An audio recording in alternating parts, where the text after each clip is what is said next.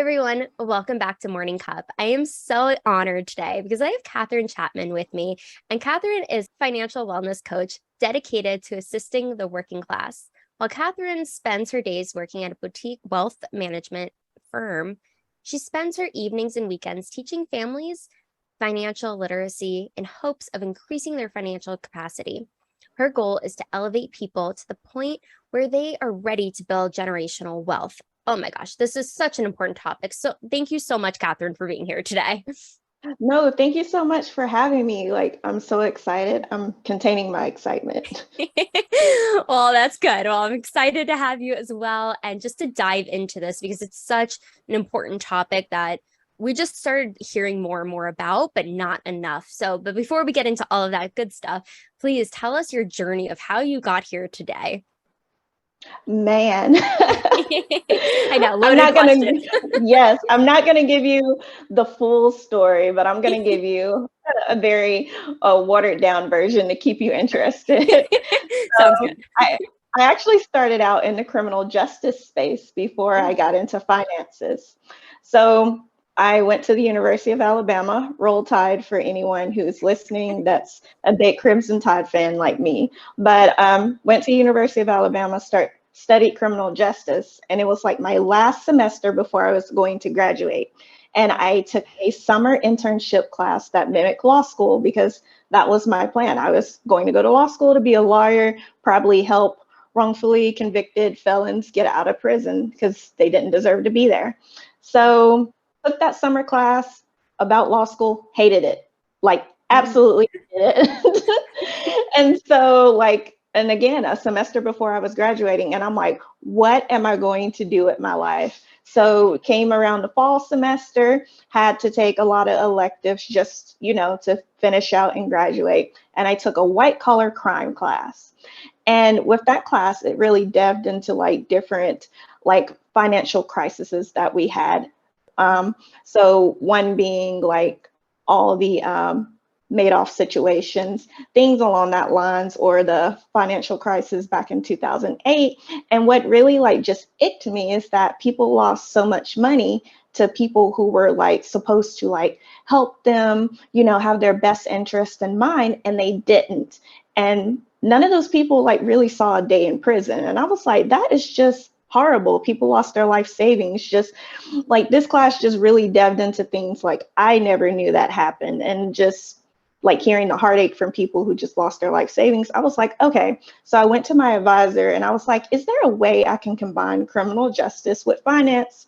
And of course, he was like, well, there's forensic accounting. I looked into it and it really wasn't what I wanted to do. So just by luck through a Google search, I was, yes, shout out to Google. I was like, criminal justice and finance, law and finance, just different searches. And I came across Regent University that had this Master of Arts in Law program and a concentration in wealth management, financial planning. And I was like, oh, I've never heard about this. Researched into it, talked to the school, and I was like, hey, I'm very interested in this. I don't have a background in accounting and finance, but they let me into the program. And that's pretty much how I got on the journey, into the financial sector from criminal justice. Wow, I love that story because, a lot of people would take a class and maybe not like it, but there's expectations or society or anything. Well, I just got to do this. This is what I was set out to do. But I love that you followed your intuition and your instincts of, okay, I don't like this. I'm not going to do this. And I think that's really brave, one, and daring, but being able to really follow what makes sense for you and taking these different classes, and Google helped of what was meant to be. But I'm curious, once you did find your niche of the financial wealth and management, well, it is wellness in our money. But how did you decide okay, this is the route I want to go and continue on? Well, definitely through my studies, I realized that financial planning is geared more towards people who have wealth. And it's not really geared towards people who, grew up like me, you don't really have the means to wealth. And so it was just really sitting in class, like learning all these different tricks about how people maintain their wealth, pass it on to their future generations, like not paying any estate tax or regular tax on it, or paying minimal taxes, different ways that they can replenish their wealth. And I was just like, you know what? Like, this is really good for people who have wealth. But what if a person wanted to get to that point? Because I definitely want to get to that point. Don't we all? Yes. So I was like, okay, I'm like, there needs to be like a bridge, like to get people across to get to that point. And so then that's basically how I got the idea for my business, is that to be a bridge to get the people who don't have wealth to the point where they're ready to build wealth. Because it's just kind of hard to, like, I know I'm jumping ahead, aren't I? No, please continue. Okay.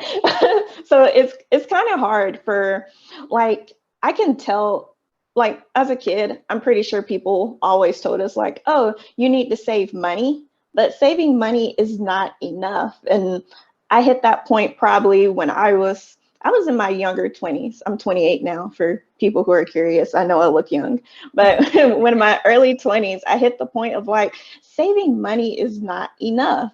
Like, because I mean, something always happens and you're going into that money. So it's okay to have an emergency fund and such. But that's money you're saving up is not going to really help you retire, because as you see now, we have inflation that's like basically 10%. It's eroding all of that. So that was just something also that fueled me, that what else is out there? I learned it. So now I'm trying to get that message back to other people, whoever will listen.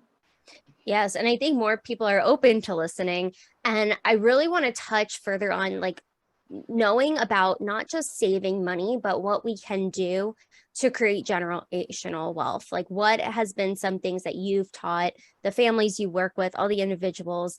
What have been, like, maybe the top 3 things that are super important to know when you are creating it or in the process of learning about creating it? Number one, it starts with your behaviors, because if you have a scarcity mindset, when you do get money, you're more likely to squander it away. That's why you see, like, people who have, like, hit the mega millions go broke in under 5 years, or you see people that were like millionaires at one point of their life, and then now they've squandered away all that wealth, and now they're having to do little things just to skirt by, just because of their name. I'm not going to name drop because That's nice of you.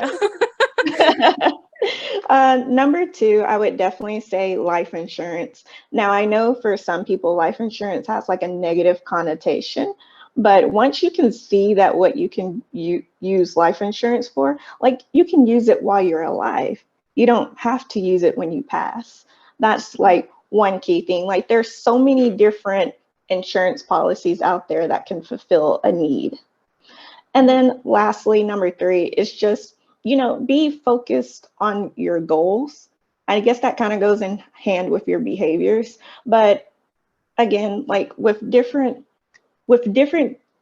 people want different things in life. For a person who wants to fully retire, your financial journey is going to look way different and probably be a little more tough than somebody who just wants to, provide for their future generations. They don't mind, working past, 70. They don't mind working to the day they die, as long as their future generations are set up. So that's just like the key thing with personal finance. Where I start off with is like, where do you want to go? Yeah, no, I mean, that's the important question, right? The golden question, because you have all this knowledge, but it's based off of that person you're talking to or that family.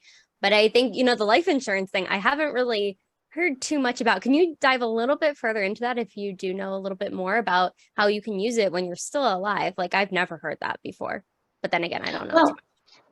Well, to give you an example, if you have like whole life insurance, you can take out a loan against the whole life policy up to X amount. And so you definitely want to pay that back before you pass, because they're going to, I mean, like, they're going to deduct it and give your family what's left. But depending on what your how much your policy is, I mean, you can use that loan for almost anything. Like you will have to touch base with your whoever's your provider, your agent, of course, and they'll be able to give you like all the like different providers have different rules, of course. So you would just have to touch base with them. Do not go and tell them, Katherine said I could take out a loan against my life insurance policy. No, I didn't. I said, go, Disclaimer. go ask your agent. That's very interesting. I had no idea. See, I always learn something new on these. But I'm curious, I know you work in a very boutique, full-time business, but having your own business, what was that real like push for you to create your own business on the side? Man, I saw a lot of people being taken advantage of, and like definitely on Facebook, I still see it. Like, for example, I'm not going to name drop, of course, there was a lady that was talking about, oh, you can increase your credit score by 50 to 75 points if you delete your previous addresses on there. And I'm like, that is just a lie, because your credit score is composed of like your credit history, your credit payment history, like how many accounts you have open, like how many have you made on-time payments, have you missed the payments, like, and there's different like percentage points that goes to each one of those categories, and your address is not one of them. But of course, people were sitting and sharing it, and I'm like, that's just misinformation. So that's definitely one reason I started my business, is to try to like, put the accurate information out there, because again, people being taken advantage of, people getting misinformation, and then you're kind of ending up in these cycles of debt that you constantly see in the lower and middle class families. Yeah, no, that's so true. Just even thinking about it too, like with the information that's given, like people can Google stuff, but not all the information on Google is accurate, or like different websites or whatever it is. But I think it's just doing your research, doing your own research. But I love that you do have that available to people where they can understand it more clearly if they didn't in the past, or they were given wrong information, and being able to kind of take a step back and look at everything from like a different perspective and what is accurate versus not. But once you started building your business, did you have any roadblocks or any bumps in the road building your business thus far? Definitely number one is imposter syndrome. It's a big one. Yes, because like definitely, if you're younger than most people trying to educate them about finances, there's always that little pushback because, I'm younger, they're an elder. And then number two is just, people have become accustomed to listening to certain people who may not have their best interest in mind. So just to be a new voice in the space, people are always going to be a little hesitant anyway.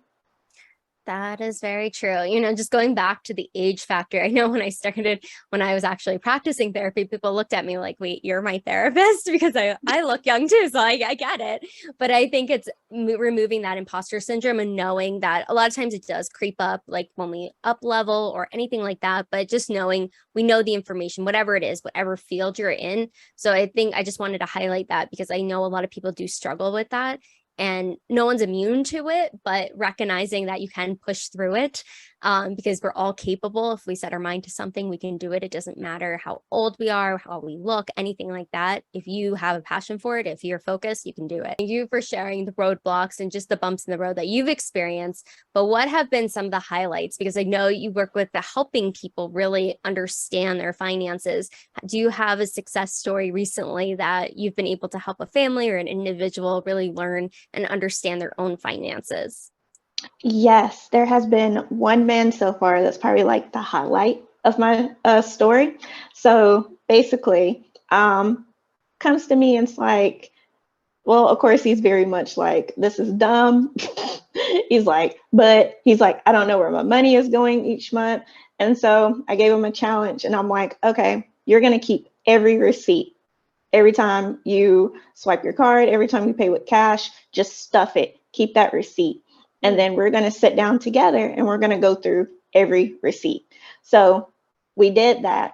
And come to find out, he was spending almost $350 a month eating out on Mm, top of what his groceries were.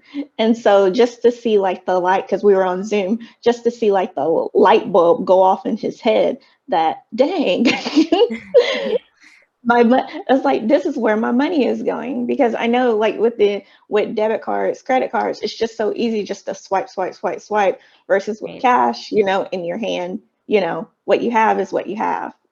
Hmm. No, that's a very good point. Just even thinking too of like how much we don't realize because it is so easy to swipe or like you're like, oh, I have the money. But then when you Mhm. actually put the numbers down and like see it, I'm sure so many light bulbs go off, especially for that client in particular, because that could be really like, oh, okay, wow, this is where the money's going. This is how I'm spending it. And I'm curious because a lot of people like talk about credit cards or anything like that when it comes to finances. What are your thoughts around having like multiple credit cards or just credit cards in general when it comes I to mean, creating generational wealth? yeah, I mean, in essence, there's nothing wrong with credit cards. You can use them. Like people will get credit cards and just for the reward points, and they'll spend Mm, money on it each month and then they'll pay it completely off. But the problem with credit cards, while they're $1 billion industry, is that people are paying interest every month on these large purchases. that's true. So it's just being wise. Like the same thing with the buy now, pay later, Klarna, Afterpay. Like there was a story of a lady that had like six of them coming out of her account like almost every day because she was just after clicking Afterpay, Klarna on everything. Because it's like, oh, I can pay in 4 installments. But you got to Uh-huh. realize, yeah, it's like that it's like every 2 weeks, I think a payment comes out. So you got to factor in if you've bought six different things every 2 weeks, that's Yeah. a lot of money that's coming out still. Wow. And how do you help people like plan? So, like outside of the client you just gave the example of, how do you really help people understand their finances on like a day-to-day basis outside of just like looking at where the money's going? Okay, so well, the number one thing that we do is like I have a financial software that they'll Mhm. input their information into, and then about 2 days later we'll go over it. But the software will go through, give you a full, complete like financial picture, and it'll even recommend you some things that you can do, like such as making a budget. Sometimes I don't tell people I don't say the budget word because that already triggers negative feelings. So we'll say this is a spending plan for Mhm. you. Yeah. So it really takes the person to be honest for this to work, but this gives me a financial snapshot. So let's say, for example, a person comes in and they're like, oh, we're spending like $1,000 on car insurance for the year. First thing we're going to do, we're going to start to look to see where we can trim down expenses. Is there something you want to get rid of? I remember one story, I was talking with a financial coach. They suggested that the family cut off the cable for like 6 months because it was over $200 a month. Oh, wow. And so the dad didn't really want to do that because they had the sports package. But Naturally. it was really for football season. So he was willing to cut it off like in the gap between baseball and football season. So he was willing to cut it off then so they could save up extra money, pay off some things, and then they were able to have additional cash flow. And then he was able to get his sports package back. So you have to be creative when it comes to finances and then working with different people. Like, for example, you may meet the dad who's not getting rid of his sports package and he don't care. Hmm. Understandable. And I think too, it's just, I love that you are able to really work with your clients and understanding what their needs are, but how you can trim it. And I love that you switched to like the word budget, like taking that out, because you're right. A lot of people have that negative connotation towards that word. But I'm curious, so when somebody is in the middle class, because a lot of times they think I need to have X amount of money to have somebody helping me with my finances or having a financial planner. What are some of the key things to realize that they can have somebody like you helping them? Yes. So the first thing to realize is that the financial industry is unique where there's not regulation in certain parts. For example, like you completed a PhD, right? So you have you're Dr. Caroline. Well, you could, if you went to bed tonight, you could wake up in the morning and say, okay, I am financial planner Caroline. Oh, Like there's really not regulation that says that you cannot call yourself a financial planner, a financial advisor. And this is where people get taken advantage of, because there are insurance salesmen, shady ones, who are just insurance agents, or they just sell different types of products and they label themselves as, oh, I'm a financial advisor, but they have no certification behind that name. So that's the number one area people get taken advantage of, because there's other people out here. So and then another 2 point, there are a lot of bigger financial firms that if you don't have X amount of wealth, or you are not transferring in assets, or you cannot hand them a blank check, figuratively, they don't want you as a client, because that's how they make their money. So that's why it's important that if you're going to seek out a financial planner or advisor, you work with a fee-only advisor, is like my number one suggestion. So there's 3 tiers. You have commission. Those are the ones who may not talk to you if you don't have the wealth, the assets, or can give them money and they can buy the assets for you. Then you have fee-based. Now, those are double dippers is a fun way to call them. They get commission off of sales and you are paying them a fee.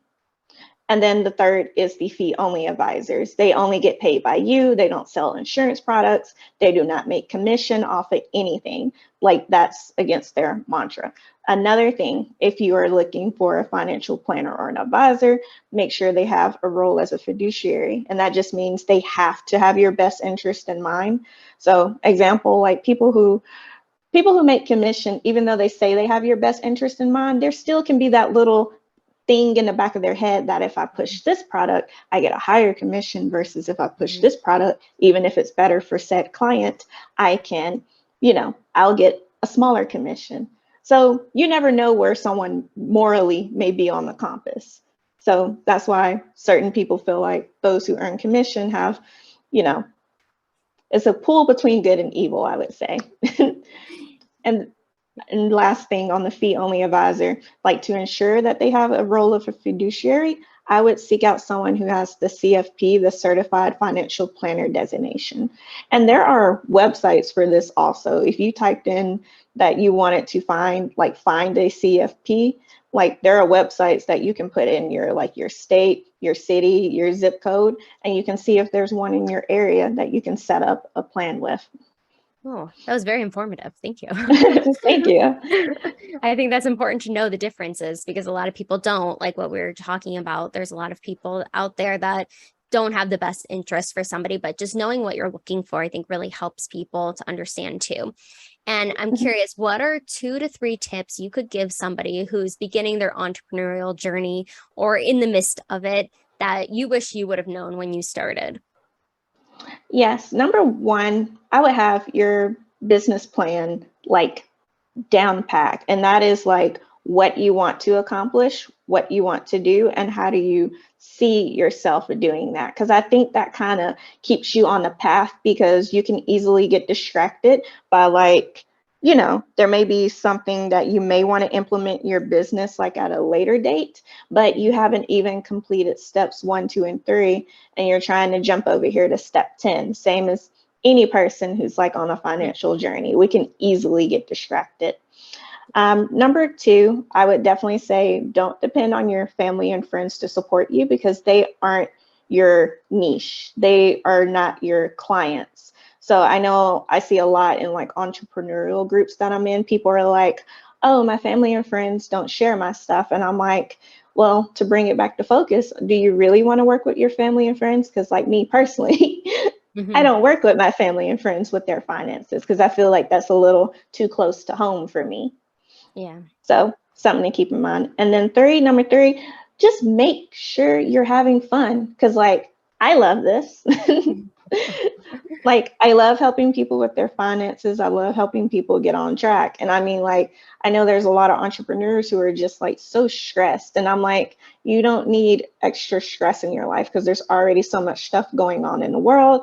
And then especially if you're like me, you work a full-time job, like I don't need additional stress in my life. Like, so make sure that whatever you're doing is going to bring some joy and happiness to your life. Now, there's going to be good days, there's going to be bad days, but just understanding that if you're having way more bad days than good days, you need to self-evaluate. Those are phenomenal. Thank you. Thank I'm you. sure those were really helpful. And I'm sure a lot of people are going to agree on that. But I've been loving this conversation, and we're going to jump into the rapid fire questions if you're ready for them. Yes, let's go. The first question is, who is your hero?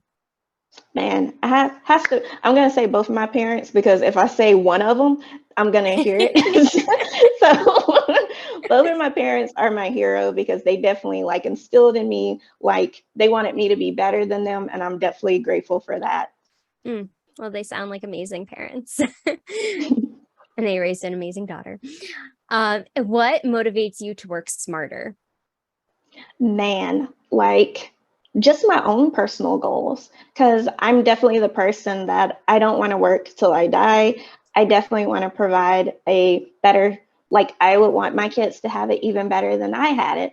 And like, and definitely, just want to set them up for success and start building generational wealth for them and then for their future kids. So yeah, definitely get this train rolling on the side. Like someone has to kick the first stone, and I decided that it was going to be me. Go you. I love that. I feel the empowerment.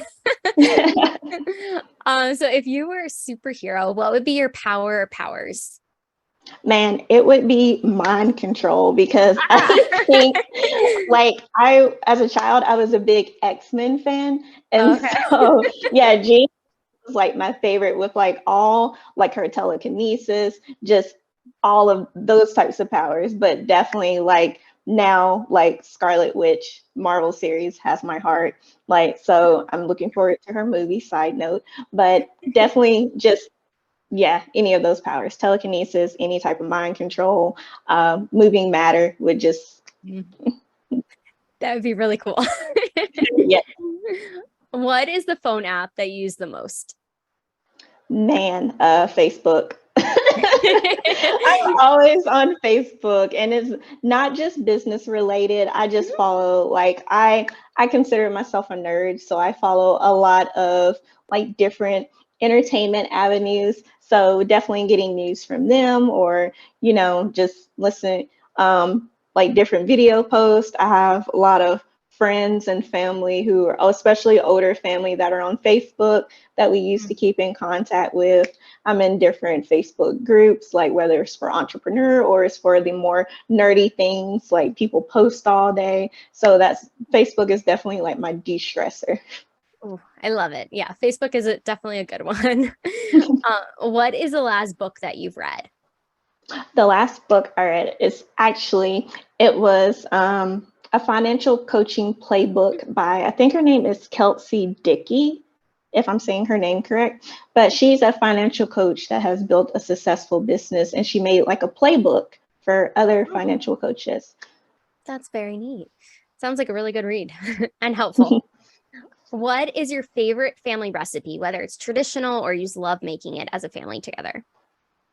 Man, so my dad has this secret sauce, right, for barbecue, and he'll kill me if I even said one ingredient. But we'll mix it together, and he puts it in this big jug, and then like he sprays it like on all his ribs and chickens and stuff, and it tastes so good. And like my parents, they're caterers also. So like people will, yeah, pay for him to cook because he's just that good of a cook. So I would divulge, but again, Keep it in the family, but it sounds yeah, delicious. If you had to describe yourself as an animal, personality type, style, what animal would you be? man, I would probably be a sloth because I still get the job done. It just takes me a little while. Fair enough. Fair enough. And they're so cute though. Yes. What's your favorite way to spend a day off? So if you aren't seeing clients, I know you have a full pack schedule, but if you have a day off.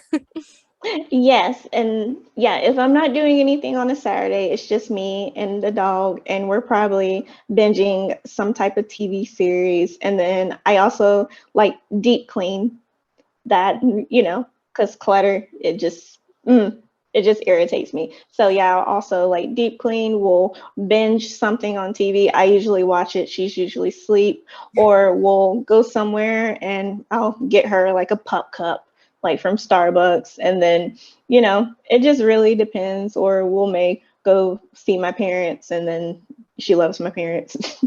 Naturally. Well, it sounds like a perfect day off. What is something an outsider wouldn't know about your industry? Man, they wouldn't.